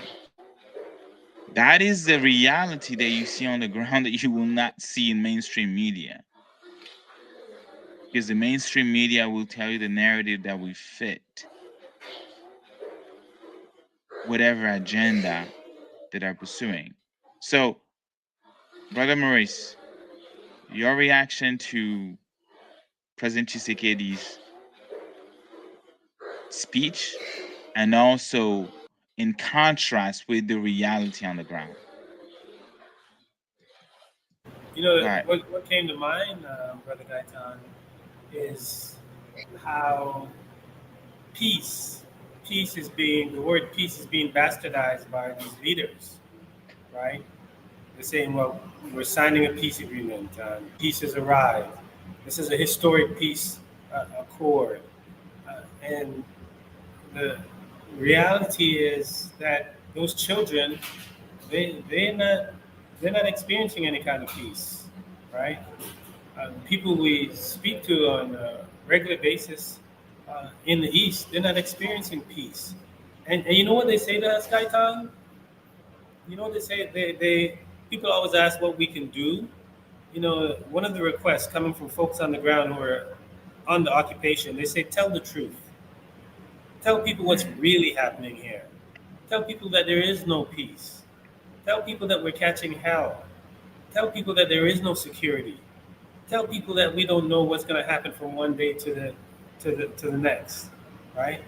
So, you know, the influencers out there, those on social media, amplify these voices. Be a counterforce to the propaganda that's coming out of Kigali, Kinshasa, and Washington, right? You know, show those children who have to cower because of the gunshots that in a space that these leaders are saying we now have peace, right? That we're putting up on a list and checking it off as peace, when it's anything but, right? And we're to know that, you know, a prerequisite for peace is justice, accountability. And Dr. Mukwege just shared with us that that's not even a part of the equation, right? So if that's not a part of the equation, the results, you know, you're in the computers and technology. You know, the computer scientists used to have a term, I guess they still do, garbage in, garbage out, right? So if there, you know, there is no substance, you know, if garbage is going into these deals, then garbage is going to come out, and we're going to see what we see on the ground: children hiding under their desks because of the continued war that's being waged primarily against civilians, right, in the east of the Congo. So yeah, you know, President Tshisekedi, you know, as you know, his words really do not mean much in terms of if you say he's not going to do something until X or Y is done, you can expect him to, you know, to not hold to whatever he said initially. How do you sign an agreement and call it a peace agreement when your country's still occupied? I don't. It's kind of hard to square that. How do you sign an agreement where the whole world says, through the United Nations Security Council, that the aggressor need to withdraw its soldiers immediately without precondition, but yet the soldiers still there, and you sign an agreement as if that the issue's there's been some kind of advance or progress. So it's really the explanation, of course, is that he's looking to benefit elsewhere. That peace for his people, peace for the people in the East, it's really not a priority. What's a priority is the triumphal show that we see in Kinshasa, where they say, oh, he was in the White House with Donald Trump, and he's bringing back investments. Really? So, not much. Yeah. Yeah. And something that I shared at the beginning, it was a video that I shared at the beginning, but I'm going to share part of it. The point about the number of refugees that has grown from the Congo. From 2002 all the way to 2022, all the way to 2024. And I'm only showing from 2022 to 2024, but the USCIS database even goes all the way back to 2014. And that trend has remained the same in terms of refugees' arrival in the United States. In terms of, let me see if I can just add this as a video instead, so for people to really see what's going on.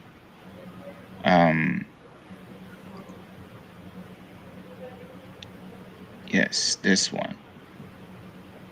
And in terms of the number of refugees in the United States,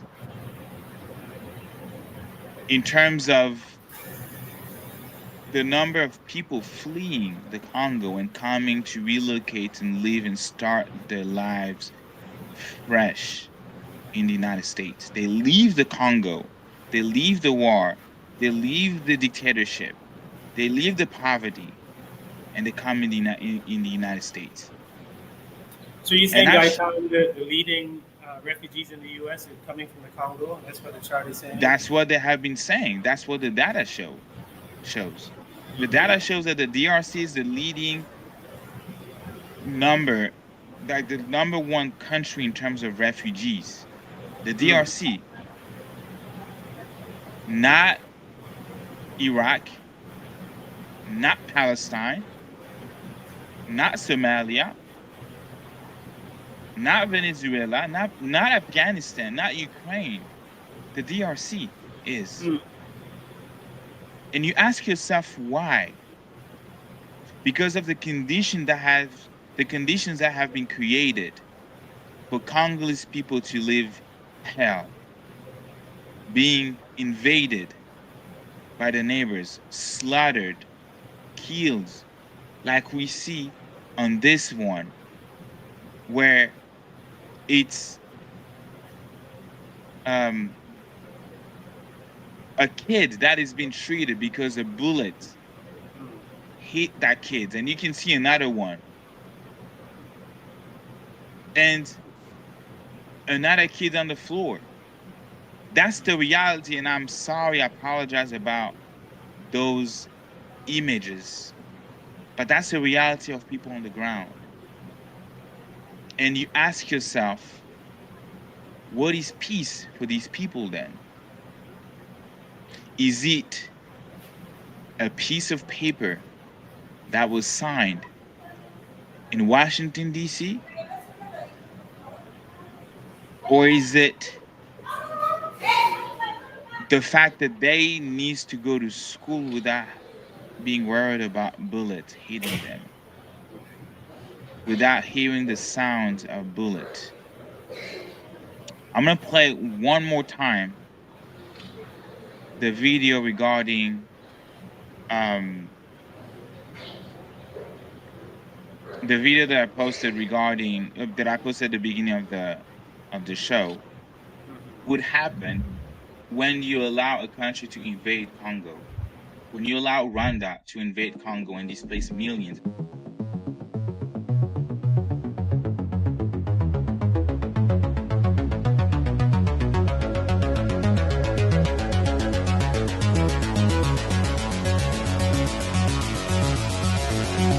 And I said more than 7 million people displaced. You create perpetual asylees. You create perpetual refugees that can no longer live in the country. And we had Raphael talk about how the people of the Congo are being ethnically cleansed. But what makes us cry is part of genocide because they trying to destroy community around there to come to go and change the situation, which is in DRC, our country. So we've been protesting, we've been breaking silence about genocide in Kivu, which Rwanda imposed to us as a puppet. Those who profit from the war want those lands to be empty, or want those lands to be repopulated by other people. He said it, I didn't say it.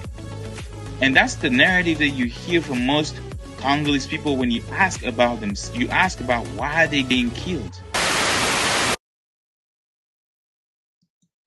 So, as we are literally ending this and talking about what we need to do as people,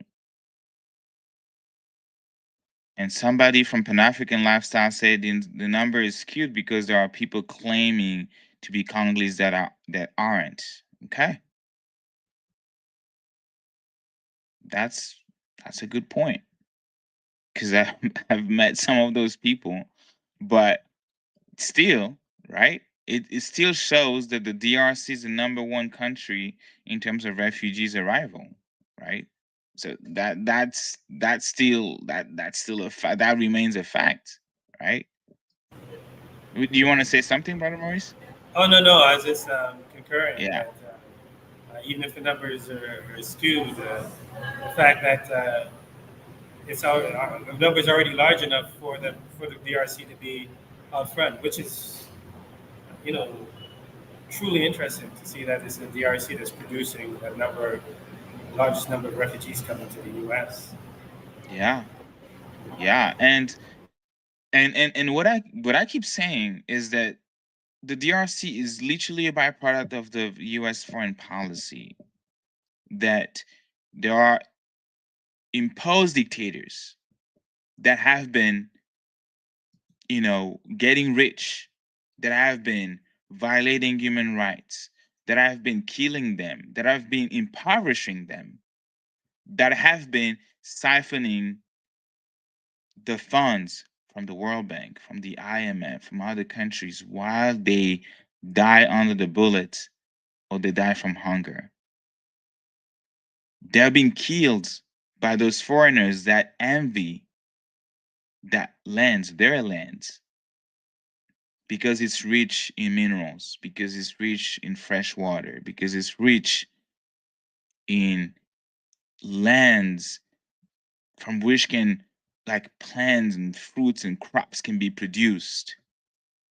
These are the people that are today that we say are occupied. This is the Rwandan government. This is the Ugandan government.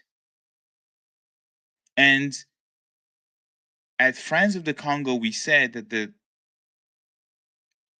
Congo Free State was recognized as such because a US president permitted. At the Berlin Conference, Grover Cleveland, the very first one to recognize Congo Free State, led by Leopold II. The very first time that we have, I would say, probably that the notion that we have about multinational companies coming together and exploiting, that was the Congo Free State. That I could have an agreement on France owning Senegal. They could have an agreement on the UK being the colony, being if I can say that South Africa being a colony of the UK. They had an agreement on that. They had an agreement of Angola being colonized by Portugal. But they could not get an agreement. They could not come in agreement on who as a country will colonize the Congo. So they said, we all going to colonize the Congo, hence Congo Free State. Grover Cleveland, the US president. And because the US foreign policy created the Congo, because of the dictators that we've seen over the years, because we have seen the assassination, the murder of Patrice Lumumba, the very first elected Congolese official, the very first elected Congolese official, killed, brutally murdered. And we know because there are books, there are transcripts, there are archived, there are documents, and even things that the CIA themselves put out there to say that, hey, we were involved into plotting the assassination of a foreign leader, Patrice Emery Lumumba. That it is still the US that imposed Mobutu for 32 years in the Congo. It is the US that funded or allowed a rebel group to be born essentially in Rwanda, the AFDL, backed by also Uganda, to overthrow Mobutu. It is the US that allowed Joseph Kabila to lead for 18 years in power. And it is the US because you have evidence of Tshisekedi not having won the election.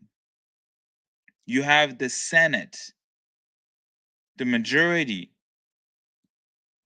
leader at the Senate speak about Tshisekedi not winning the election, not having won the election, yet the US government allowed him to lead. It is on the record. Brother Maurice with me here said that the Biden administration tried to convince Paul Kagame to withdraw his troops to stop his advancement by proposing him part of the Lobito corridor, which was still in the Congo because he was occupying one of the richest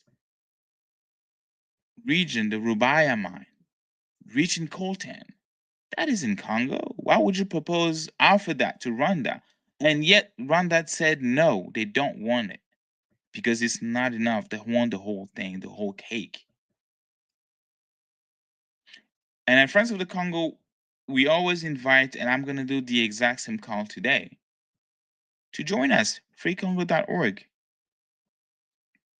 Freecongo.org because there are many ways for you to be involved.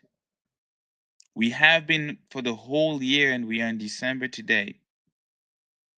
And for years, we have been demonstrating at the Rwandan embassy. And we also call on you to organize protests in front of the Rwandan embassy if you are in the US.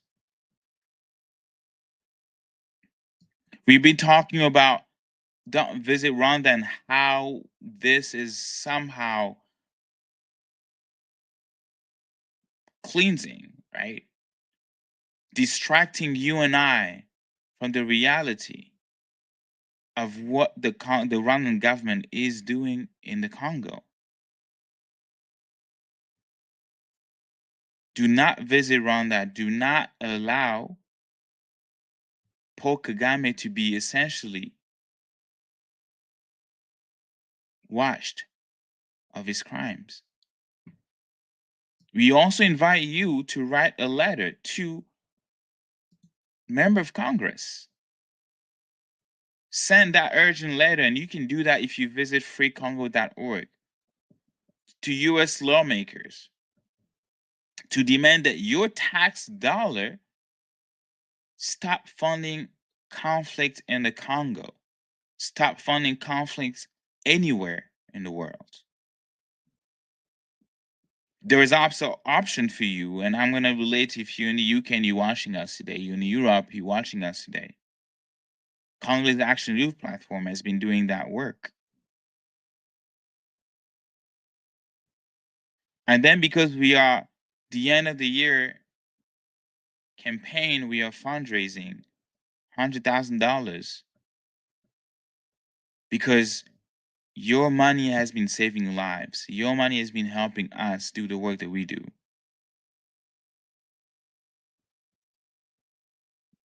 So if you don't have time to be involved, if you don't have time to send letters, if you don't have time to even watch, you can donate. If you have the money, you can donate. And then 5, spread the word. Spread the word. Share what we are talking about today. Share everything that you see on the Congo. Share our videos.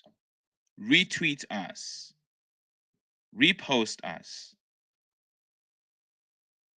Because it is in that specific moment that truth is needed, that truth is required. Truth in the midst of narrative being shaped to make you forget about the reality on the ground. Spread the word so that when you hear narratives that dehumanize the Congos, narratives that talks about a peace that not even children can see, that you get to say, no, that's not true. And you call that lie out. So freecongo.org, there you're going to see steps for us or for you to take actions. And I'm going to let Brother Maurice, I'm not sure if you have something to say to kind of like close out. Everything that you've shared, Gaitan, let people know, in spite of all these forces arrayed against the Congolese people are organizing, movement building, assuming agency on the front lines. The United Nations World Food Program said that the humanitarian corridor is cut off and they can't get in. But Congolese people on the front lines providing aid, neighbors are supporting neighbors. We have the Sanja Coalition, a remarkable formation in all parts of the country, exercising agency. So, in spite of everything that we've said today, it's vital for people to understand that Congolese people are taking action on the front lines, in the rainforest, in the mines, front lines of the conflict, in the west of the country. So, what they ask of you is to be in support of them, to amplify their stories, to be in solidarity, to be partners, to be strong allies. That's what they ask of us. So going to freecongo.org, visiting freecongo.org, taking the actions there, and being a part, getting involved, taking action, joining the movement, that's a really strong way in which you can show up for organizers on the front lines in the Congo. So just to co-sign, endorse everything you just said, Gaitan, and thanks for, hosting this initial foray into this Washington Accord, because it's what was discussed in Washington yesterday has real life implications for people on the ground in the Congo. So those of us who are outside of the Congo, it's vital that we be informed, that we be engaged, and that we stand in solidarity and support to our brothers and sisters on the front lines of the Congo. Yes, and guys, stay tuned. Tomorrow, we're going to be back tomorrow, 2 p.m. Eastern Time. We're going to have a special guest, to talk about the legal aspect of this deal and the lawsuit that you heard against Apple and how that plays a critical role into the conversation that we have. I see, Brother Maurice, you're busy, but we're gonna. Yeah, it's time. It's time to go. She's letting you know, hey, Daddy, that's it. All right. Well, thank you so much, y'all, for watching this. And I will see you tomorrow. See you tomorrow. I will see you tomorrow. Yeah. Happy Friday, y'all. All right. Thanks, Gaitan. Talk to you. Peace. Yeah. Peace.